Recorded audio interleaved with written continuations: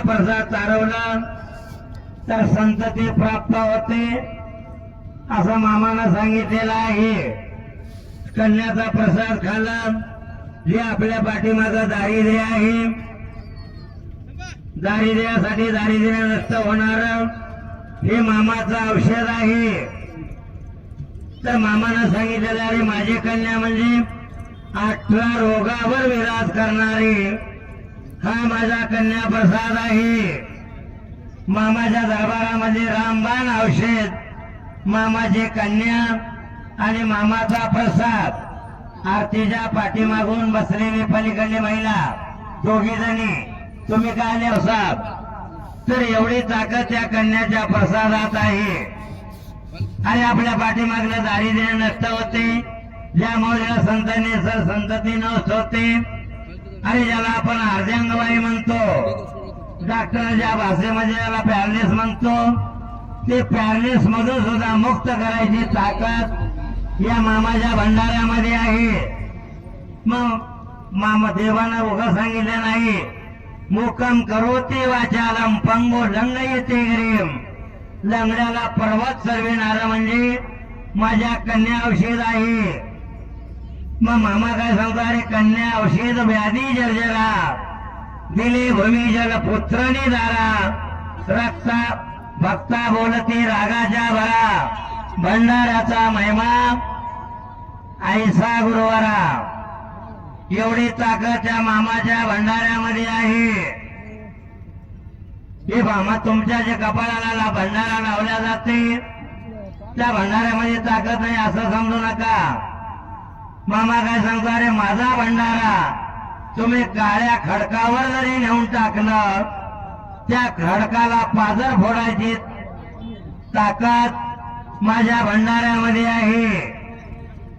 मग मामाच्या कन्या प्रसादात ताकद आणि मामाच्या भंडाऱ्यात ताकद, मामाच्या भंडाऱ्यामधली ताकद. तो मामा काय सांगतोय, अरे माझा भंडारा इथून तिथून जन्माला आलेला नाही. ज्या वेळेस समुद्र मंथन झालं, समुद्र मंथनामधून 14 रत्न वर आले. त्या 14 रत्नापैकी 14व रत्न म्हणजेच माझा भंडारा आहे.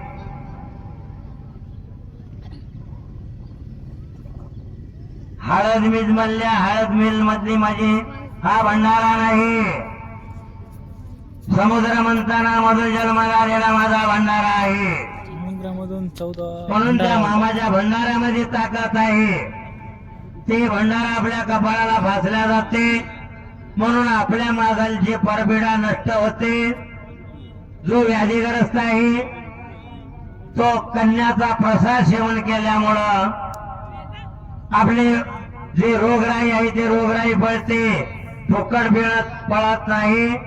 तर मामाच्या रूपात ताकद, मामाच्या नावात ताकद, मामाच्या भंडाऱ्यात ताकद, मामाच्या कन्या प्रसादात ताकद.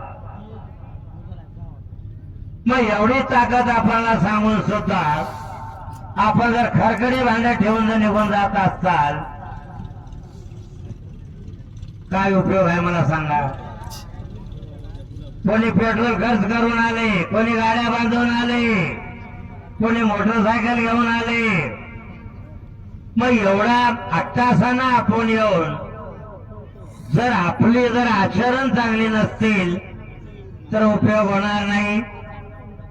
कुठे गेलताच घरीच होतो म्हणायची वेळ येईल, तसा प्रकार करू नका. आपला बदल करा. आरतीचा टाइम झालेला आहे. अहो दुसऱ्या पालखीमध्ये तुम्ही पाहता कन्याचा प्रसाद भक्तापर्यंत पोटभर अजिबात पुरविला जात नाही. केवळ पालखी नंबर 12 मध्ये मामाचा प्रसाद भक्तापर्यंत पोटभर दिला जाते. त्याचं कारण आहे तुमच्या भागातले मराठवाड्यातले कारभारी असल्यामुळं हे कन्याचा प्रसाद बनवणे सोपं नाही, रिक्षी काम आहे. मग रिक्षी घेऊन बनवावं लागते, त्याची विल्हेवाट लावावी लागते, तो प्रसाद ठरतो. काय बघता कुठले बहुराले तिकडे कन्यात आहे, एवढी ताकद या भंडाऱ्यात आहे. तर अजिबात त्या मामाच्या प्रसादाची हेलना करू नका. मामाच्या प्रसादाला नाव बोट ठेवणं सुद्धा सोपं नाही. जन मामाच्या प्रसादाला नाव बोट ठेवणे त्याला मामा शासन केलेलं आहे. तर म्हणाले तुम्हाला आवडलं तर कन्याचा प्रसाद घ्या, नाही आवडत नका घ्या, पण त्याची हेलना करू नका, त्याला नाव बोट ठेवू नका. मामाचा सेवेकरी एक होता. मामाच्या काळामधला विनोदी सेवेकरी विठू पाटील म्हणून त्याचं नाव होतं.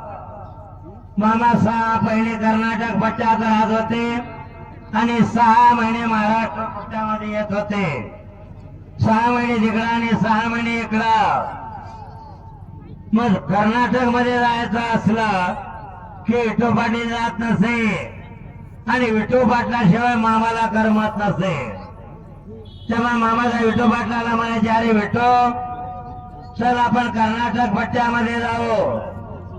तेव्हा त्या विठू पाटलाने एखाद्या वेळेस मामाला सांगितलं मामा अरे तिकडे आल्यानंतर मला कन्या घ्यावी लागतात, मला कन्या खाऊ वाटत नाही. ते कन्या म्हणजे अस्वलाचं खाद्य आहे, ते कोण खावं? मी नाही येणार कर्नाटक पट्ट्यामध्ये. मामाच्या प्रसादाला अस्वलाचं खाद्य म्हणून नाव ठेवल्यामुळं त्या विठू पाटलाच्या अंगातून वारं गेलं. मामा असा भोग लावून देतो पाठीमाग. एक माऊली प्रसाद घेण्यासाठी आली. तिला वाटलं कन्याचा प्रसाद म्हणजे काय आहे की? त्या माऊलीला जेवारीची कन्या, त्या माऊलीचं ताट वाढल्यानंतर ती बघितली की आम्ही असलं अन्न आमच्या जनावरांना टाकतोय म्हणून जागेवर उबडं घातली. ती माऊली घरी जाऊन चांगलं करून जेवण करून जे झोपली, आज तारखेपर्यंत उठली नाही, आणखीन ती स्वर्गवासी झाली नाही, जिवंत आहे. एवढी ताकद या मामामध्ये आहे. आवडलं तर घ्या ना, नका घ्या, मामा काय घ्या म्हणत नाही. अहो ते औषध म्हणून घ्या, पण घ्या, ते अमृत आहे. वारीकरी महिलेला सूचना, आपण वाढ करीत असताना कन्याच्या प्रसादाचा कण अजिबात जमिनीवर पडू देऊ नका.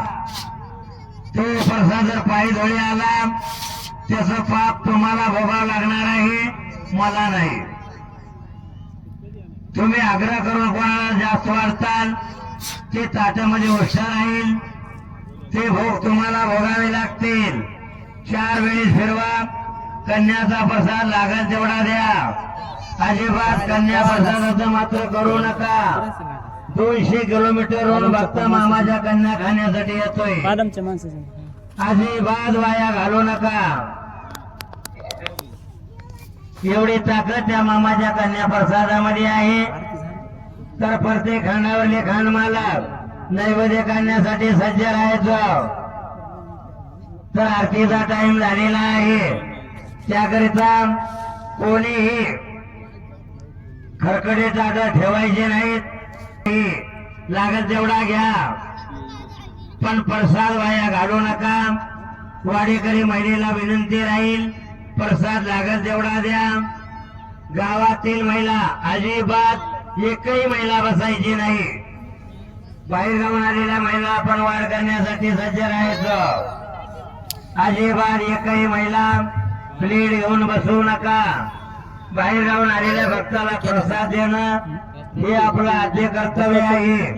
तर आपलं कर्तव्य पार पाडायचं आहे.